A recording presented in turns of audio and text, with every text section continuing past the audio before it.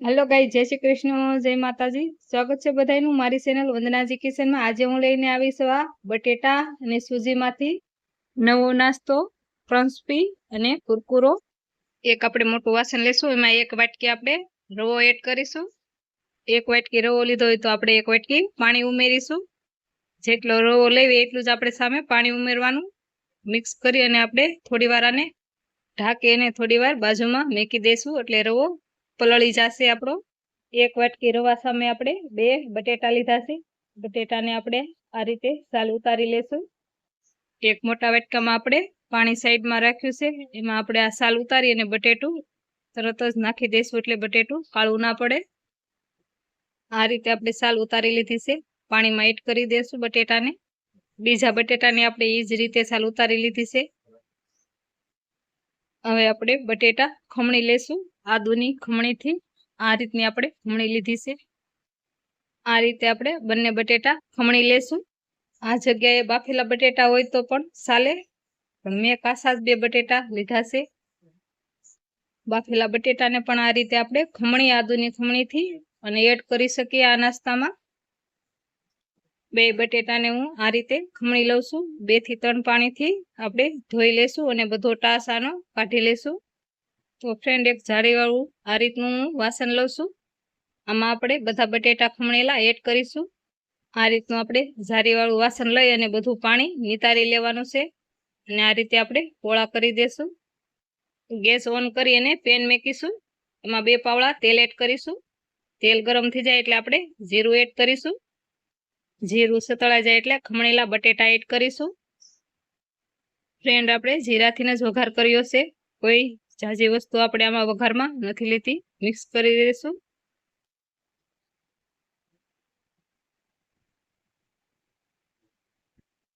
Friend, આપણે આમાં ઘરમાં જે મસાલા હોય એ જ એડ કરીએ છીએ।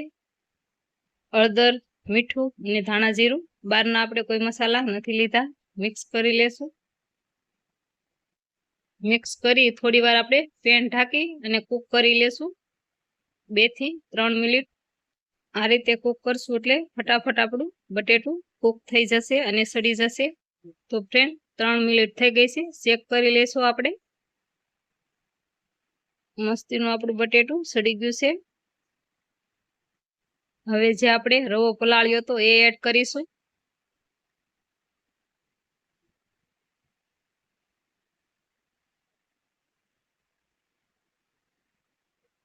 આને આપણે મિક્સ કરી લેશું અને મેશ કરતો જવાનો અને મિક્સ કરતો જવાનો। આ રીતે ફ્રેન્ડ આપણે મેશ કરતા જઈશું।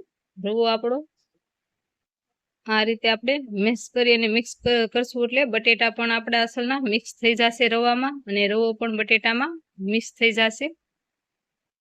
આ રીતે પ્રેસથી આપણે બધું મિક્સ કરી લેશું।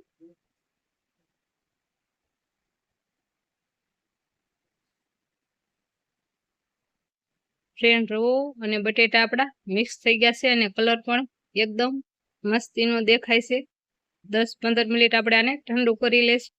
ફ્રેન્ડ, અડધી વાટકી મેં મેંદાનો લોટ લીધો છે। આ જગ્યાએ તમે ઘઉંનો પણ લોટનો ઉપયોગ કરી શકો છો। લોટના ભાગનું ધાણા જીરું, હળદર અને મીઠું એડ કરીશું। કસૂરી મેથી એડ કરીશું। આ જગ્યાએ ધાણા હોય તો પણ તમે એડ કરી શકો છો।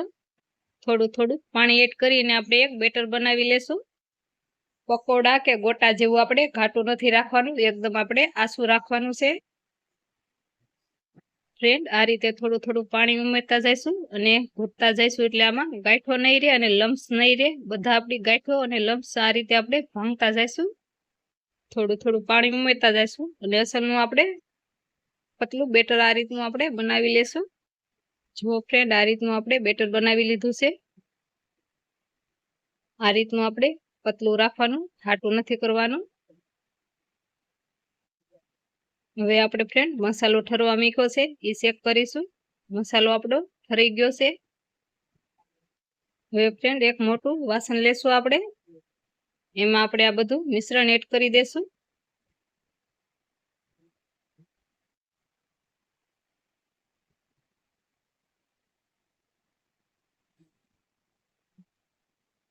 ફ્રેન્ડ, આપણે અડધું લીંબુ નીસેવીશું ખટાશ માટે। લીંબુ એડ કરીશું એટલે ખાટું મીઠું અસર નાસ્તાનું મિશ્રણ આપણું તૈયાર થાય છે। હવે આપણે આ રીતે મેશ કરી લેશું અને એક લોટ જેવો આપણે ડો બાંધી લેશું। ફ્રેન્ડ આ રીતનું ગૂંથીશું એટલે આ રીતનો આપણે રોટલી જેવો ડો તૈયાર થશે। ફ્રેન્ડ આમાં પાણીનો ઉપયોગ નથી કરવાનો, આપણે ગૂંથ્યો છે એટલે આ રીતનો મિશ્રણ તૈયાર છે। નાસ્તો તળવા માટે તેલ મૂકીશું ગરમ થવા।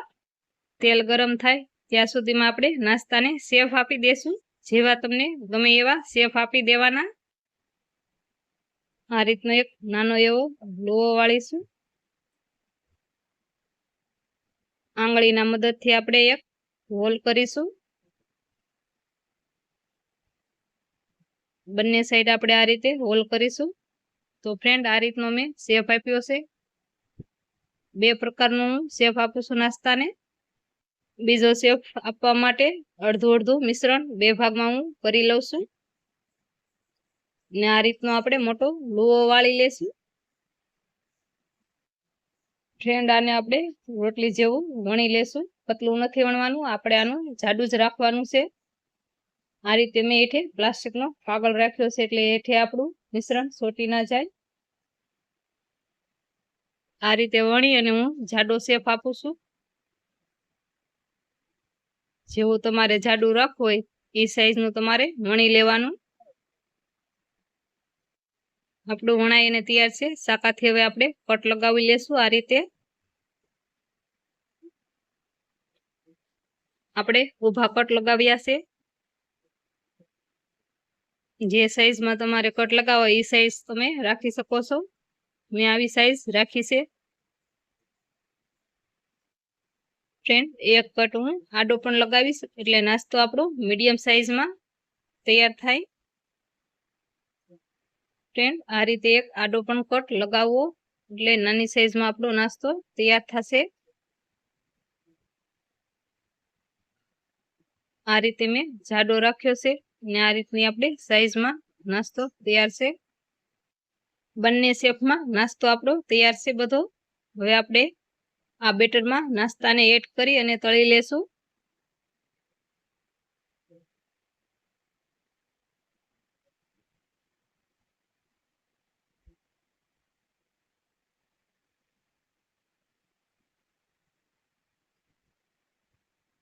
આ રીતે ઉપરથી બેટર લગાવી દેજો ને ચમચીના મદદથી જ આપણે નાસ્તાને કડાઈમાં એડ કરીશું।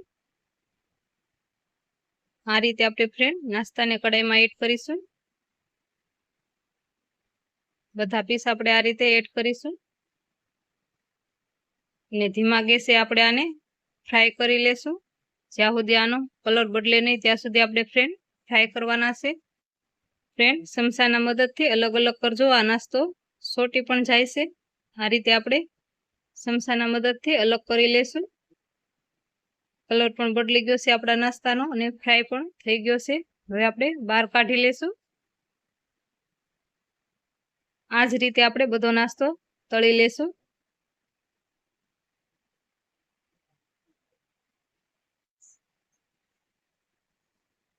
આ પટ્ટીવાળા શેફનો પણ નાસ્તો એ જ રીતે હું તળી લઉં છું।